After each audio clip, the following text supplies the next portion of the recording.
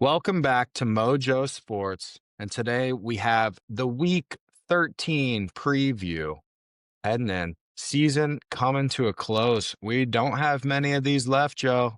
We're running out of time. I know. You got to live it up. We have 2 weeks of the regular season left. That's nothing. So it's going to get sad here pretty soon. But then we do have playoffs. We have the NFL playoffs. We have the Super Bowl. We have the national championship. So still a lot. All right. We can't get too down on it yet. A lot of ball left. And usually at the end of the season, we get rid of all the shitty ball. So Yeah. we only get good ball left, which, speaking of good ball, I watched some action last night.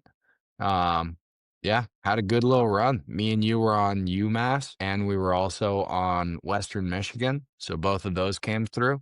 Hell, I Yep. even bet on Duke basketball. Yeah. Now it's starting to be basketball season. You're starting to get some action in college. It's fun. The kid from BYU, the #1 recruit in the nation, he's been unbelievable. So I'm excited to see him in some big games later in the year. But yeah, Maction, I mean, we roll on. Maction, last week we told you Western Michigan, they hit. It looked kind of dicey in the beginning, and then you don't doubt it. Northern Illinois is bad. So they showed their true colors in the second half, and Western ran away with it. But UMass, what a cover, huh? What a cover from UMass. I think anytime there's a spread of like 34 points or more, and the weather is that bad, you have to take the dog because it was just pissing rain. They delayed the game twice, and Yeah. it's tough for a team to cover a 35-point spread when those conditions happen. And UMass scored 2 touchdowns, and that makes it even harder to cover that many points. So shout out Yep. UMass. Yep. I did have the under in that game, and that last Mm. second touchdown from Ohio just really was unfortunate, but that's all right. That one, it wasn't official, so Western Michigan. And we'll see. We'll see tonight. Special guest Zach. We heard him on Monday. If he goes 2-0, we might have to bring him back on next show to talk about Maxion again. If he goes 0-2, he might be banished for life. We'll see. Yeah, time to sweat tonight. I'm excited. I'll be Yep. watching. We also got our newest updated college football playoff rankings. These just dropped this week, and let me take you through it. We got Ohio State 1, Indiana 2, A&M 3, Georgia 4, Texas Tech 5, 6 Ole Miss, 7 Oregon, 8 Oklahoma, 9 Notre Dame, 10 Alabama, 11 BYU, and 12 Utah. Instant Yeah. reaction.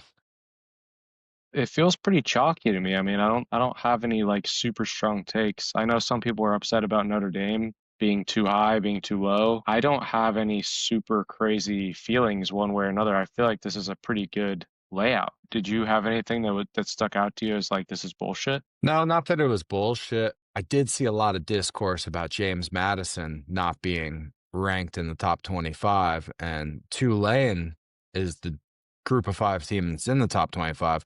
And their coach came out and he said, if we're in the top 25, then there must be some really bad football being played. Because Yeah. if you ask me, I think we're a bottom 25 team. That's got to piss off JMU even more.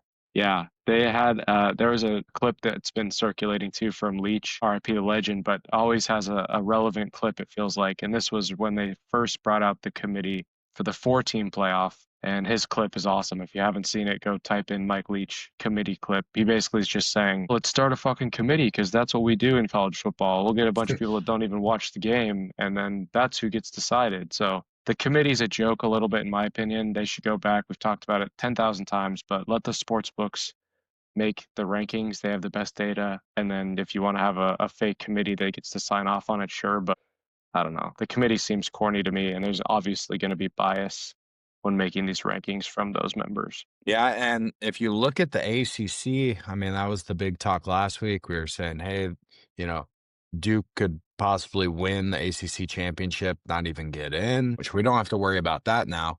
But Miami, top-ranked team in the ACC now. So I got a feeling that Miami's going to get in this thing. And this week they play Syracuse, and they're favored by a lot of points. So, yeah, they should roll. Who drops out then if Miami gets in? BYU? Well, I mean, Utah's 12 right now, so like I think Utah's automatically out. They're kicking themselves for losing that BYU game and that Tech game. Like they already lost to both of the teams, so I think they're out. But then you also have to make another spot for the group of 5. That's So what I'm yeah, saying. it's Yeah. it's probably BYU, but what if BYU beats Tech in the Big 12 championship? Then no ACC school. One's got to get in, right? Is that a requirement? Is it like the group of five where you have to have I one think conference each champion? I don't think it has to be a conference champion, but I think each conference has to be One. represented. I don't know. We're gonna have to get our stats guys to look into this. But Yeah. if that happens and they want to keep both of them, well, then you're looking at the bottom teams would be Alabama right now, they're 10th, Notre Dame's ninth, and Oklahoma's 8th. So it's gonna come down to one of those three then. But Yeah. I got a feeling Tech's gonna beat BYU. Yeah. The committee's That'd praying be for that. yeah. Yeah. That'd be five SEC schools then. You got a couple Big 12, a couple Big 10. So it's pretty even, honestly, aside from the ACC, who would just get a one bid league. Yeah. Not great. I mean, there's also a chance USC beats Oregon this week. That would Mhm. drop Oregon pretty far, I think. Like, there's still a lot to be played. Yeah, these last 2 weeks are pretty consequential, except if you're in the SEC because this is cupcake week for the SEC. They're playing absolutely nobody. I think we get maybe one or two games that are reasonable. This is that week on the schedule where you start to see them pay for some wins, and hopefully one of them loses those because that's always hilarious. Yeah, I think Georgia plays like Charlotte. I think Bama plays Mercer or something. Like, yeah, it's a down week for the SEC. So gonna let the other conferences shine this week. Joe, let's dive into our segments from this week, random storylines. But first one we got to hit on is James Franklin has found a new home. And Yeah, didn't waste too much time. He is taking the Virginia Tech job, which when he first got fired, a lot of people speculated that he was going to end up at Virginia Tech anyways. Seems like perfect fit, still right in his wheelhouse in terms of recruiting, knows the area very well. And it's a school that's got a lot of tradition, and they just haven't been up in the last decade or so, I would say. But yeah, it's going to be interesting. And I think he could build them into a powerhouse. If I was him, I would probably go to the ACC too, because that seems to be the most wide open, right? yeah. Least expectations. Plus, we're gonna get a lot of Enter Sandman coming through our Oh, yeah. TVs in these big games, and I think we've been missing that in some of these big slots. So that's exciting. Yeah, I think it's a good fit. I think it's a really good fit. I'm not mad about that at all, and I think for him, it's gonna be a perfect situation. He's not gonna have the pressure of big games right away. It's gonna take a bit, I think, to get there, but at the same time, he's gonna have big games that are a lot more winnable in my eyes than the Big Ten. He's not having to play some of these crazy schools. He's going to have a lot of games against Miami and some of these other schools that aren't as maybe not as dominant consistently, I guess. Yeah. And he'll be the underdog. And so anything he does get, it's going to just be, a little cherry on top. But big game, James, heading to Virginia Tech. And yeah, if you're a Virginia Tech fan, I think you have to be pumped. Like, Pumped. this is the best thing that happened to your program since Michael Vick, I would say. Yep. Yep. I agree. Then Joe, you brought this one on my radar, but we got a little Raiola storyline. Yeah, so this is a classic college football connected dots here. Let me just take you through some of these tea leaves, okay? So Patrick McCondo's Dylan Raiola at Nebraska. He's been hurt. He hasn't played the last couple weeks. There's been some talk about him transferring, okay? Now, he has a younger brother who is also a quarterback, who is also committed to Nebraska. Okay, so the pipeline, you'd think, okay, his brother's there. He wants to play at the same school. He decommitted this week from Nebraska. Couple that with some online sleuths, and this might be fake. I don't know. I didn't fact check this, but I saw some flight trackers going from Lincoln, Nebraska to State College. Okay. Rule did sign an extension, but this is college football, so that doesn't fucking matter because everybody will just pay whatever it takes to get their guy. I don't know. The decommitment, the transferring, you do a little reading of the tea leaves. Is Rule still in that conversation for the Penn State job?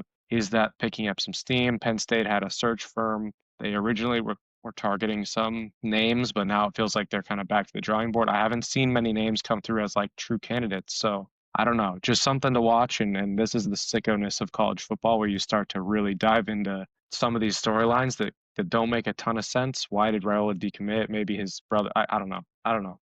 Just thought it was an interesting topic to bring up. Yeah, I mean, that's not good for Raiola's future at Nebraska. I'll say that. Like, doesn't sound good. I would be shocked though if Rule left. I would be. I would too. I would too. Who are those flights? Who are those private flights coming from Lincoln?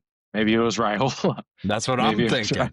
going Penn State. Yeah. They could Yeah. use a quarterback. Yeah. That'd be nuts. That'd Yeah. be nuts. Private flight tracker for recruits now. That's what a world. Not crazy though. Yeah. Yeah. Not crazy. 2025. Speaking of quarterbacks, though, let's get into some Heisman talk before we hit our betting preview. But right now, Mendoza, strong favorite in this market, finally hitting minus money. So he's at minus 105. And then right behind them, we've got Julian Sayin, who is like plus 170. And then we have Marcel Reed sitting around 5 to 1. And then there's a big gap. We get to Pavia, who's 16 to 1, and Jeremiah Love, who is starting to creep back up, but still long odds.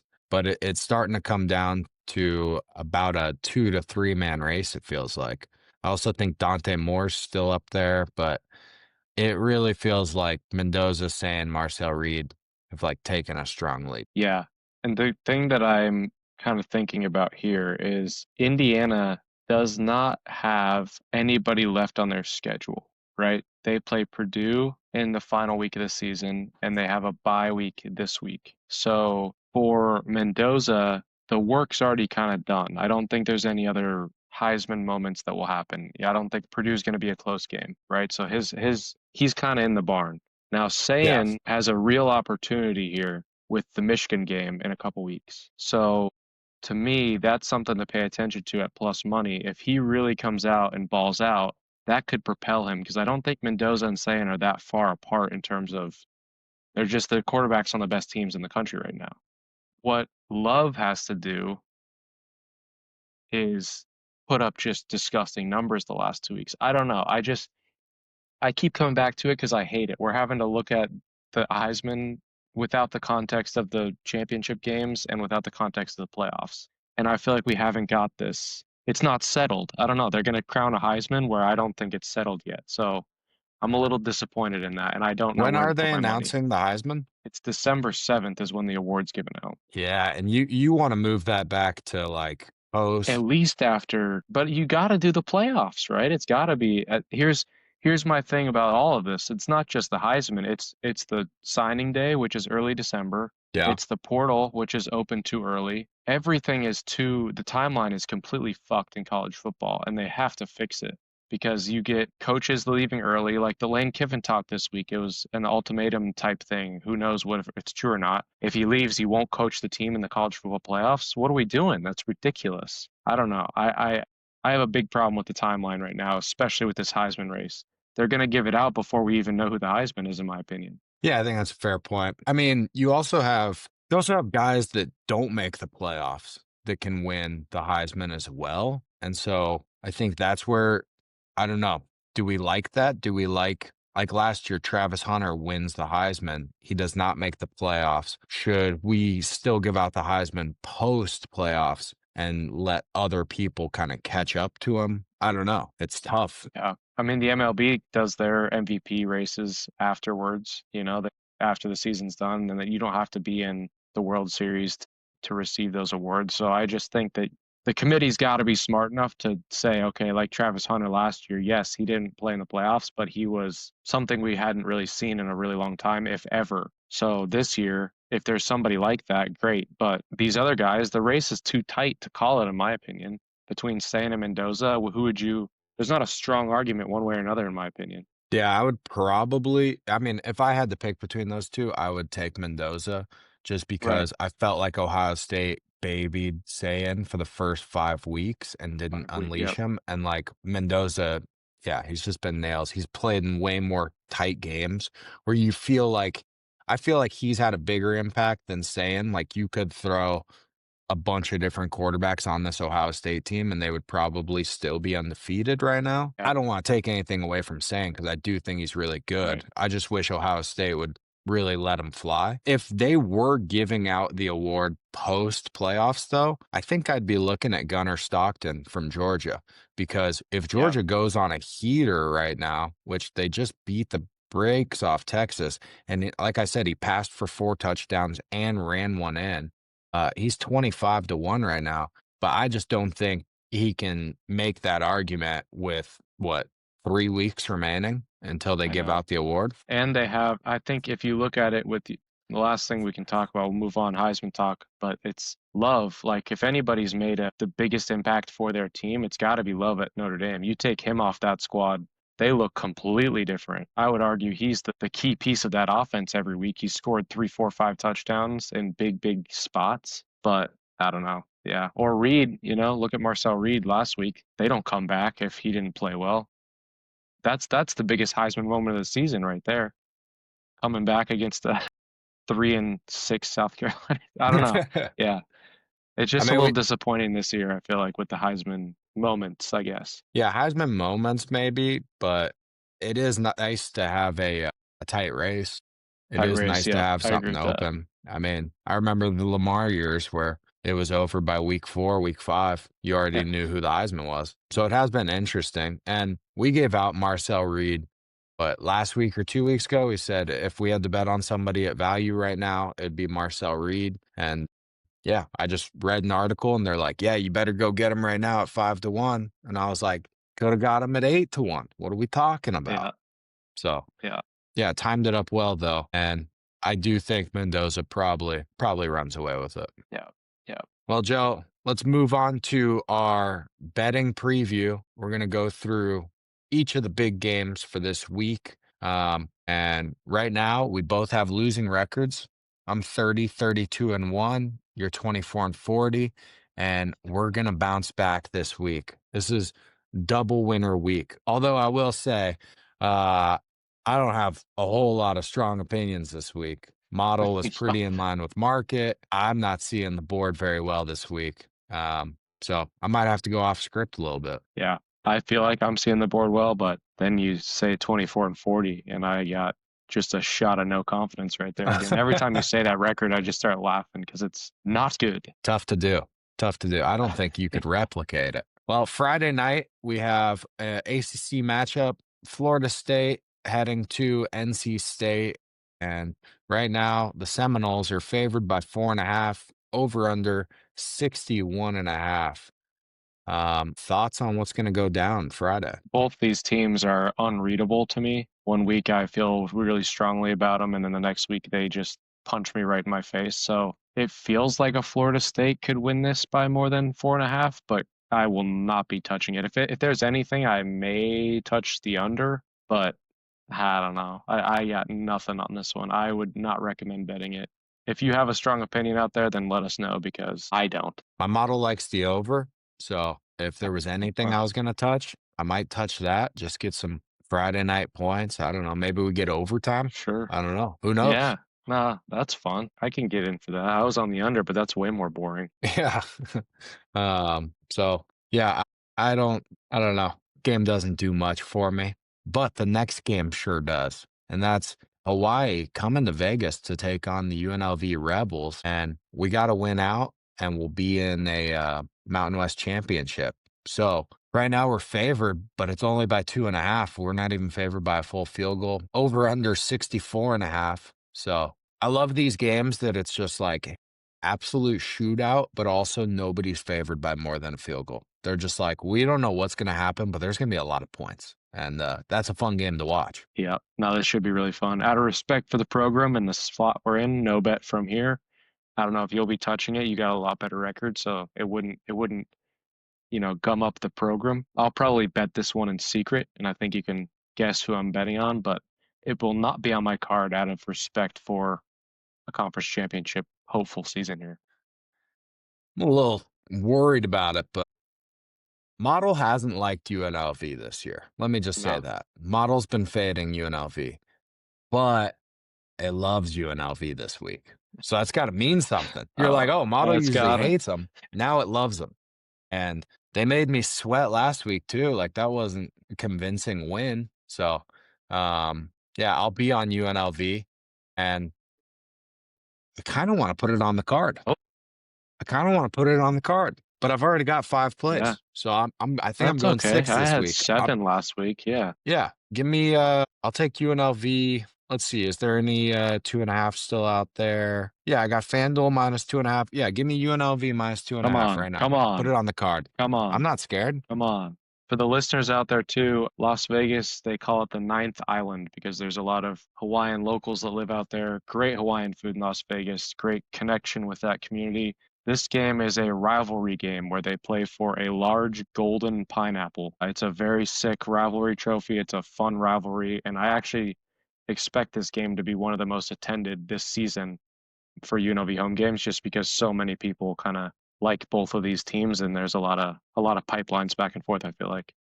Yeah, there's going to be a lot of spam musubis eaten on Friday night in Vegas. Yeah. Well, go Rebels. I'm stoked for it. It's officially on the card now. Let's move to Saturday morning.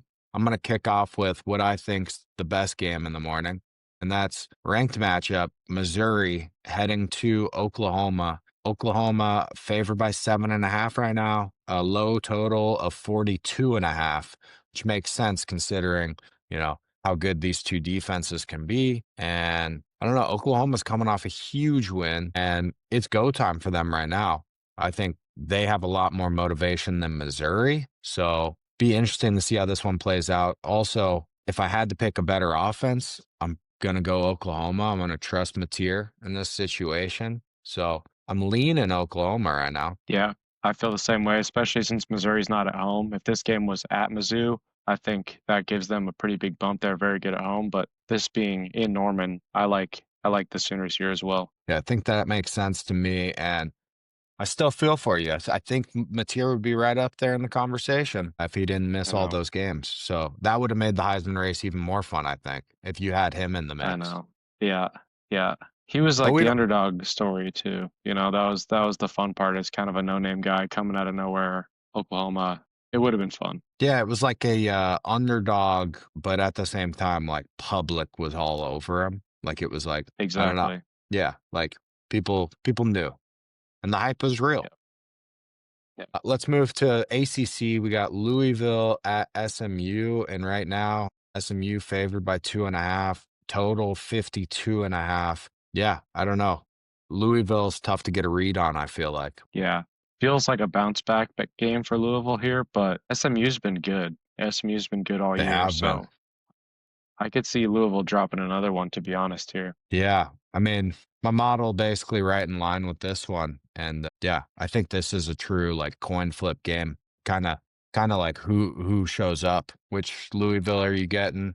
I think SMU, I would say pretty consistent at this point in the season. Like I feel good about them. Yeah, I would lean SMU in this spot. SMU technically playing for yeah, they're sitting right atop the ACC right now at 5-1. I think there's a world, and I don't know how that would work out, but I think there's a world where they could somehow sneak into that ACC championship. I don't know how it would work. I don't know the tiebreakers. Maybe I'm wrong, but they're fourth right now, sitting at, only one loss. I don't Yeah. know. That feels like more motivation than what Louisville's got to play for right now. I think that's like one of the keys right now is we should be betting motivation spots this late in the season. It's a good angle because on these other teams, you just don't know if these guys even want it. Like I bring up though, they do have the transfer portal. They got to get film. So there is that angle, but that's also coming from me. And I don't know if every college football player thinks like that. They might just be like, fuck the program. Yeah, I want to Yeah. go back and beer bong some beers later tonight. That's what a lot of them are probably thinking. Don't we all, Joe? That's exactly what I want to do. And I'm 30.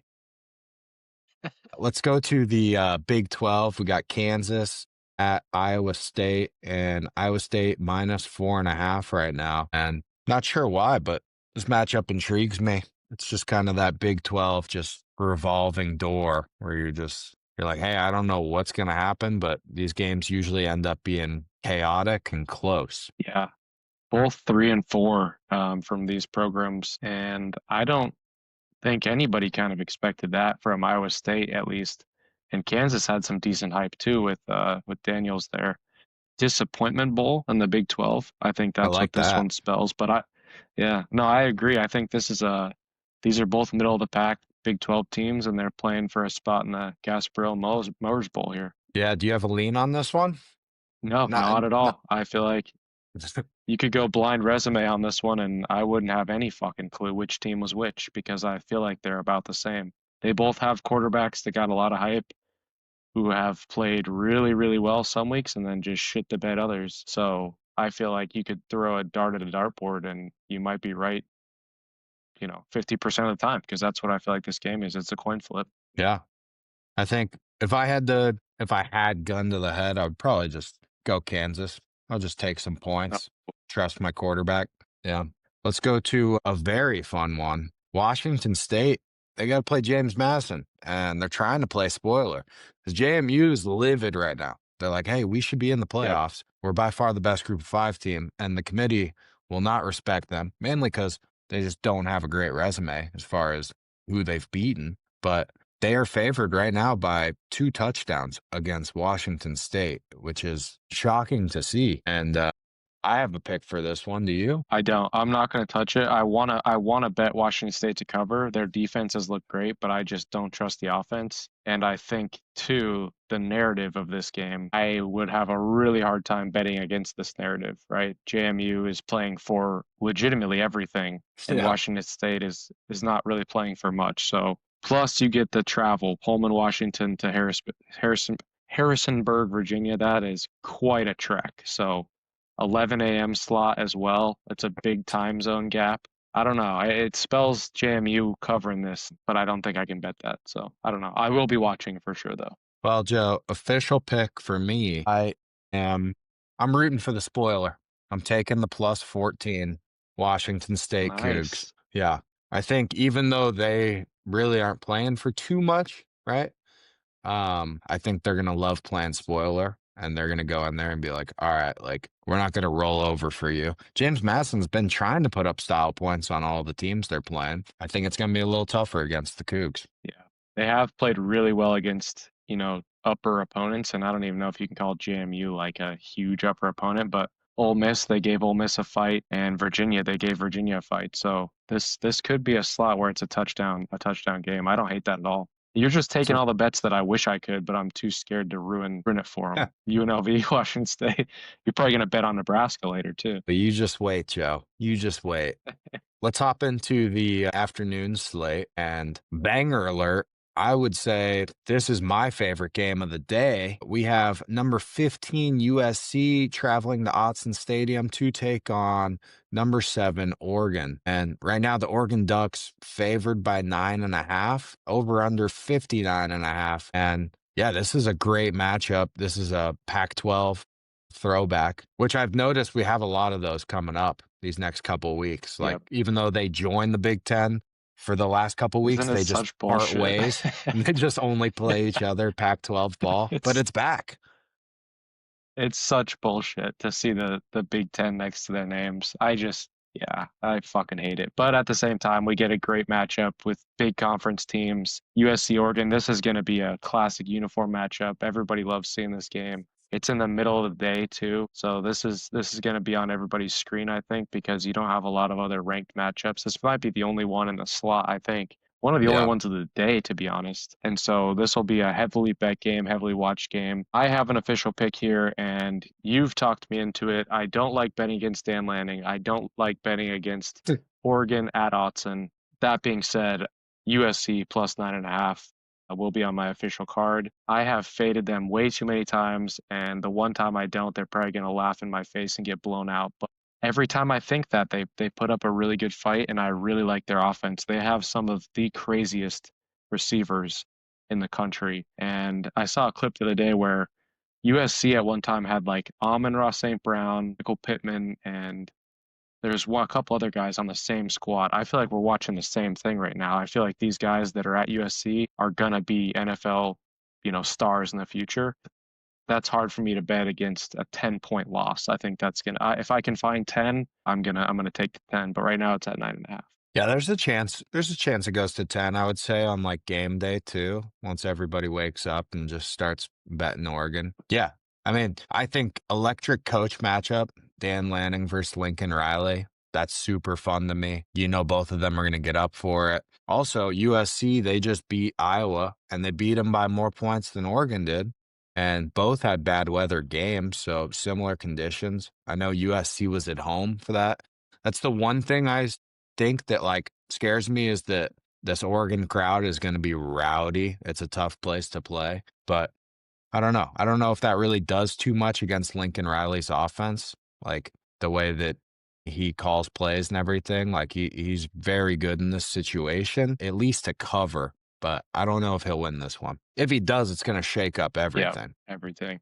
Yeah. Yeah. If this game had weather implications too, it would scare me a little bit more for USC, but right now they're saying it's going to be like 50 and cloudy. So Mhm. I don't think that, but even last week, you thought the same thing. It was pouring rain in LA and they still were able to throw the ball around. So we'll Yeah. see. Well, let's move on to SEC. We have Kentucky. They're going to go play Diego Pavia, number 14, Vanderbilt. Vanderbilt favored by 9.5 as well. Over under 52.5. And I don't know about this one because obviously Kentucky, you don't know what the fuck you're getting with these guys. They could come out and look like world beaters, or they can just roll over and take it. So I don't know. I feel like I always want to fade Pavia at this point. Like I just love fading hype, and I used to bet on Pavia all the time, and now it's just so far blown over. So it's kind of my only angle for this game, but I don't know if I want to get burned by Kentucky. Yeah.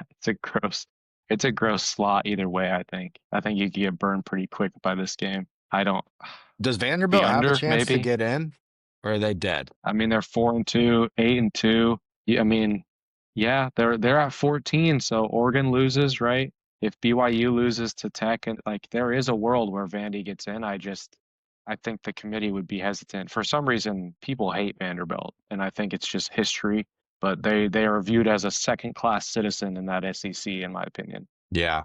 I mean, that's the only thing is that motivation right there. That could be, hey, we got to run it up. Yeah, yeah, I don't hate that angle. We can also talk about Arkansas. They're going to head to number 17, Texas. Right now, Texas favored by 8.5 points, over under 57.5. It seems like Texas needs to come out and put on a show after last week's Smack. performance. Yeah, they have to, right?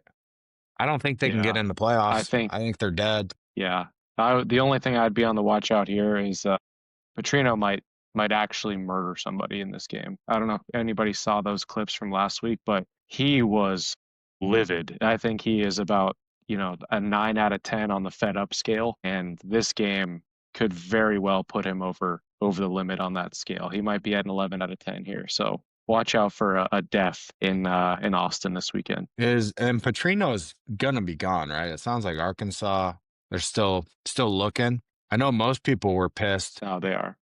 They were the most pissed actually about the James Franklin hiring. The whole Yep. Arkansas fan base was like, "We got beat out by this shit program. Like that shows you how far we've fallen." Blah blah. So they were livid that they didn't get James Franklin. Yeah, that Walmart money only goes so far, I guess. Yeah, right. Uh, then we have Michigan State. They're going to head to Iowa, and Iowa favored by 16.5 with over under 42.5. That seems like a lot of points. I'm tempted This to is a take Michigan State disgusting here. game. Yeah, this I is know. gross. I know. But Michigan State is down horrendous. I think they're very bad this year. Don't like the slot for Michigan State. I really don't. Yeah, it's tough to bet on a team that is plays like that. And I almost did it. Actually, no, I did. I did do it last week against Penn State. They lost by 18. I took plus 7.5. Thought I was sharp. I was not. Then we have a big basketball matchup, but they're going to play football this week, and that is Duke and North Carolina.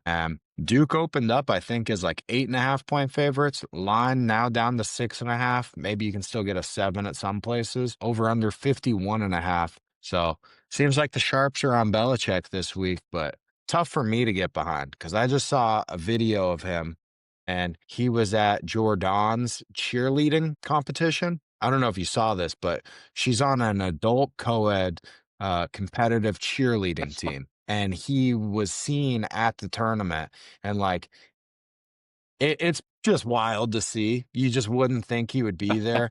Like the guy next to him is like the same size as him. He's actually probably like bigger and like full grown adult man, and he's just got like glitter sparkles, like eyeliner, and like he's in a cheerleading outfit, and like just not the place you would think to see Belichick. Ah, I did not know about that or see those clips. That makes me want to fade Bill Belichick this week. I don't know.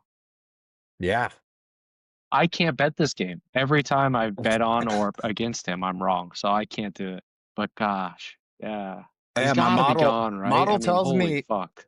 it tells me to take Belichick in this situation, but like, how do I convey Ugh. what I just said to the model? I'm like, hey, he's going to these. Yeah. This is what he did Monday of game week. This is where he was at. This is what he was focused on. So, yeah, I don't know. It's all weird to me. It's so weird. So, I probably won't take it, but yeah, you think he's gone for sure? You think he's out? I think this is like, yeah, this is if you were a vice president and then you come back to be president and you get thrown back in the ringer. I just don't know why you'd do it. I wouldn't do it. I'd ride off into the sunset. You know what I mean? I would Yeah. not be a head coach of a football team if I were Bill Belichick. I'd be hanging out. And then he can go to as many adult cheerleading competitions as he wants. So gone, yeah. Does he coach again? I don't know. I fucking wouldn't, but that's why he's a legend and I'm not, I guess. I just What's he doing? What are we doing? This is not yeah, it's not going to be good. I don't know. I'm talking myself into Duke here. Yeah, I mean, this is Belichick Act 3, you know. Act 1, he starts, rising up the ranks. Act 2, he starts the Patriots dynasty. And I kind of love Act 3. It feels like a M. Night Shyamalan movie. A lot of twists and turns that we did not expect. So, interested to see what happens next. From there, we go to Tulane. They're going to Temple and favored by 7.5 points right now. Tulane, they've got a spot in the playoff as of right now, and they need to win this game. Only problem is, I think this line's inflated. I think that Temple is a solid team, and I'll be all over Temple this week. Yeah, I like that. I mean, their coach told you to. He said we stink. I Either that's going to work reverse psychology and Tulane's going to come out firing or they lose this game outright. I don't see it going any other way. Yeah, I'm kind of tempted to put this one on my card now, too. Yeah. I mean, if you look at the history of the group of five team that's in the playoff driver's seat, they usually lose outright. So I They don't hate usually a fuck Temple up. money line sprinkle this week.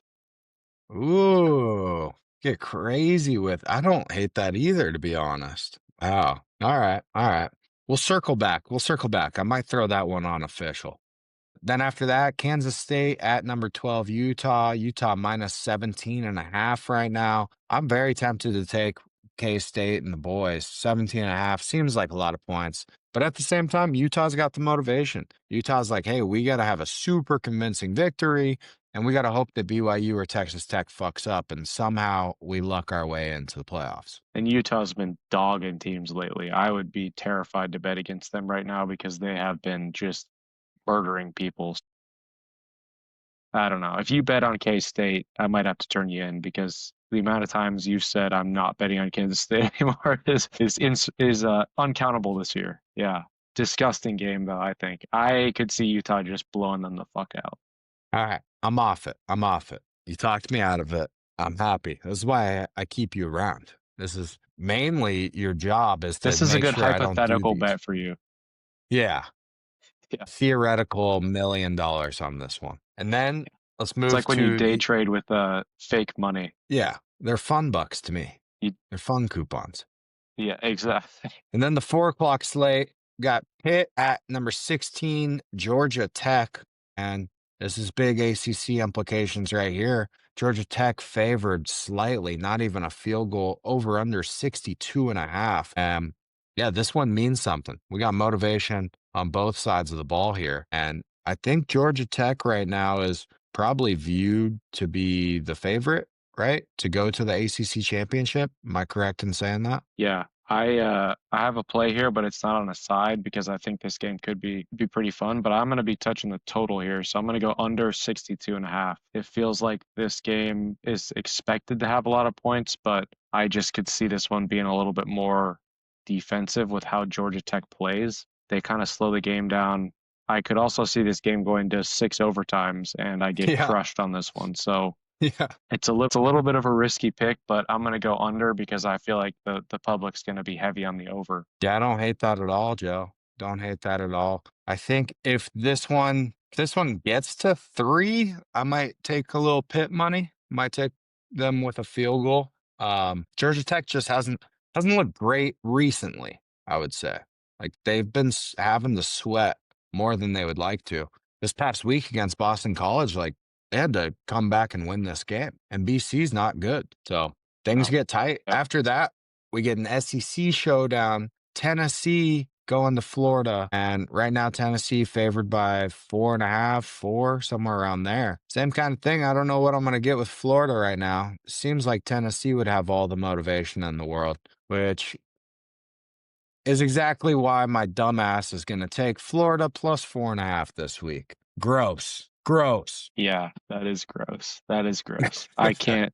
The low 4.5 with a ranked team makes me think that Florida is the play here as well. Yeah, yeah. Head into the I don't know, swamp. but Tennessee can score. Yeah, this is a gross one. I'll probably ride with you, but yeah, yeah, yucky. The good thing is, I do think that Florida, like, they don't like Tennessee.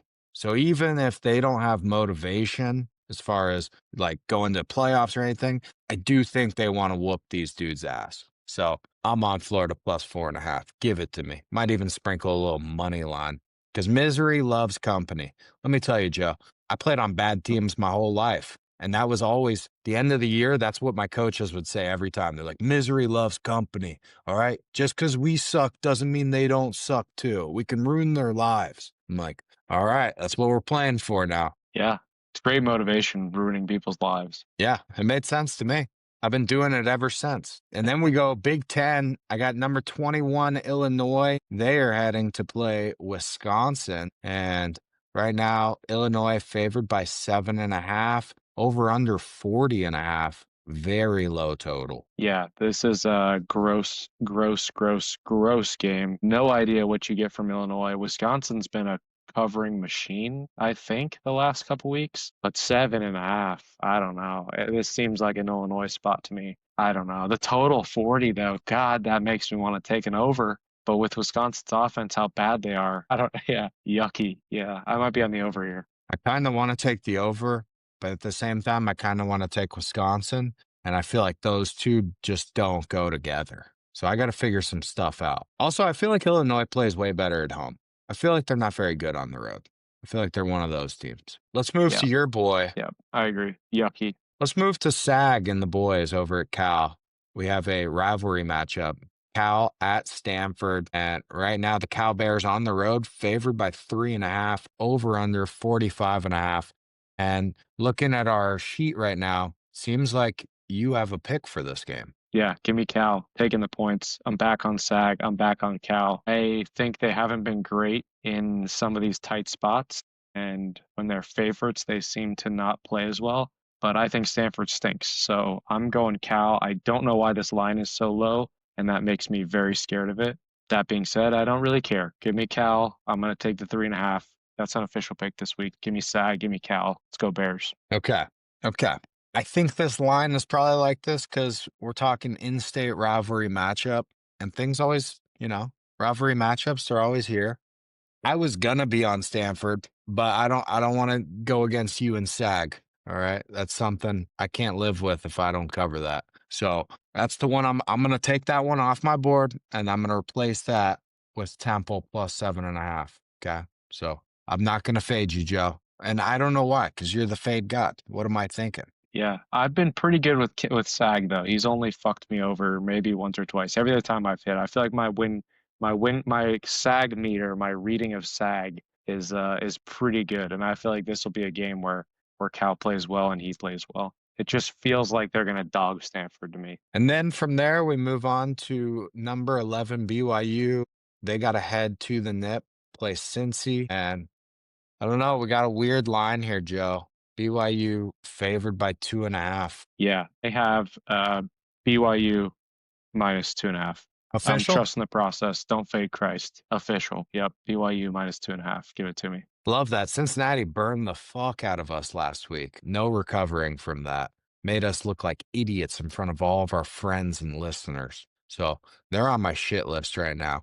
BYU, on the other hand, I can't get enough of these guys. They're rolling right now. The only thing that scares me is that this line seems very weird. It seems very like Vegas is like, hey, this is free. Here you go. Yeah, yeah.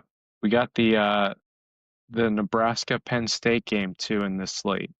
I noticed you skipped over it on the schedule, and I had to call it back because this is an official pick for me. Because 10 points here for a down and a Penn State team, boy, it sure feels like a lot. And I'm probably going to get so many haters out of this one because Nebraska's going to lose this by 40. But give me Nebraska plus 9.5. Official pick. If I can find it at 10, I will take this at 10.